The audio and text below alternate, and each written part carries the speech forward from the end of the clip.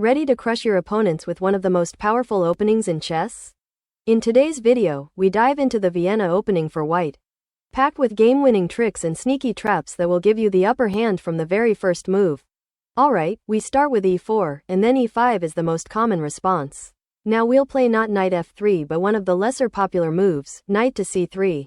This is what we call the Vienna Opening. From here, black mainly goes for this or this. These are by far two of the most common responses you'll see. Let's look at knight f6 first. Now, here we'll go for the Vienna Gambit, which starts with the move f4. You might find this risky, but it's absolutely fine. Now, most players would take, and here we have the deadly move pawn to e5. Funnily enough, this knight has no safe squares left. He's forced to go back. Now, we have to be careful about this queen h4 threat, so simply develop this knight, and you're already in a great position. But let me show you a cool little trap. From here, the best and most obvious response is d6, attacking the center and opening up this diagonal for the bishop. We'll go with d4, adding another defender. He takes. And now we won't take back. Instead, just check with the bishop. Blocking with the pawn is quite obvious, and we'll just slide back to c4. Black continues to take, and we are down 3 pawns. Plus this knight is also under attack. But still, we'll completely ignore this threat and bring out the bishop. Now, if he tries to be greedy and takes the knight, then he's gone. Let me show you how. We start with bishop f7 check, it's a bishop sacrifice. If he takes, then he loses the queen, and if he doesn't, can you now find the winning move? If you're thinking of bishop g5 check, that won't work as the knight can simply come in between. Therefore, the best move in this position is queen e2 check. Going here won't make sense as the king will be exposed. And moving to d7 or blocking with the bishop results in an immediate checkmate. So basically, taking the bishop seems the best response, but even then, you have this brilliant knight e5 check. If the king goes to the e-file, knight c6 wins the queen due to this discovered check, so king f6 is forced. Now, you have this absolutely stunning bishop g5 check. If the king moves away, the queen is finished, and even if he takes, you have this beautiful family fork, and again the seed is gone. In fact, in a few moves, you should be able to checkmate him easily. Okay, now let's look at another amazing trap. Sometimes in this position, instead of retreating his knight, your opponent can try to act a little over smart by playing queen e7 and not letting this pawn move.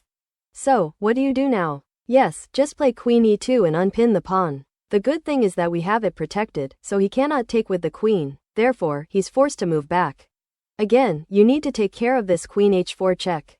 So just develop the knight, and it's covered. What next? As you can see, black's pieces are all cramped up, and the main problem is this EWN. To get rid of it, the most popular responses you will see are d6 and knight c6. Let's look at them one by one. If d6, then you have the absolutely killer move knight to d5.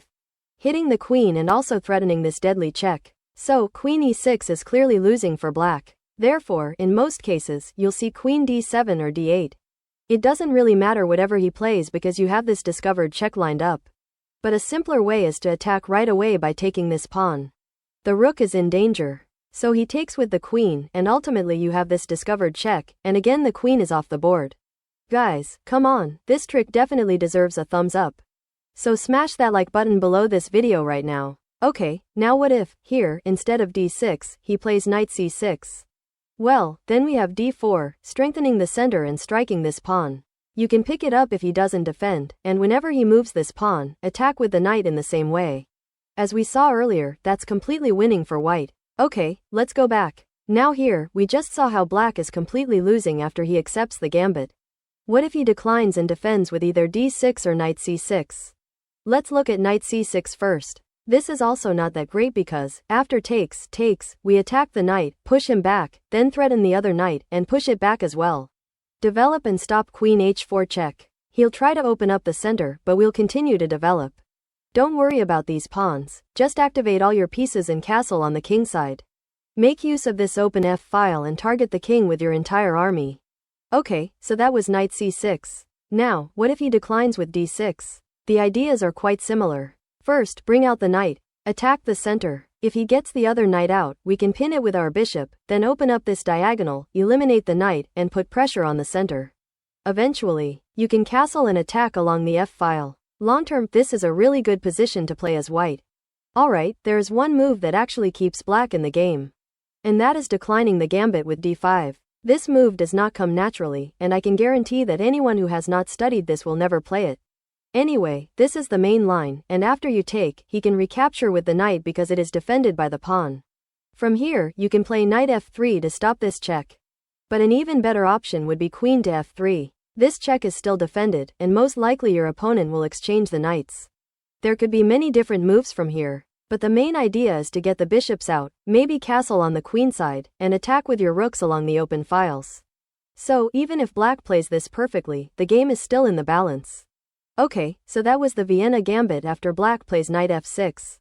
Now, what if instead of this, he plays knight c6?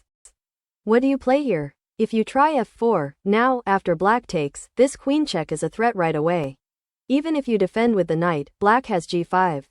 And things start to get a little uncomfortable on the king side, so f4 is not as good as we saw in the earlier variation.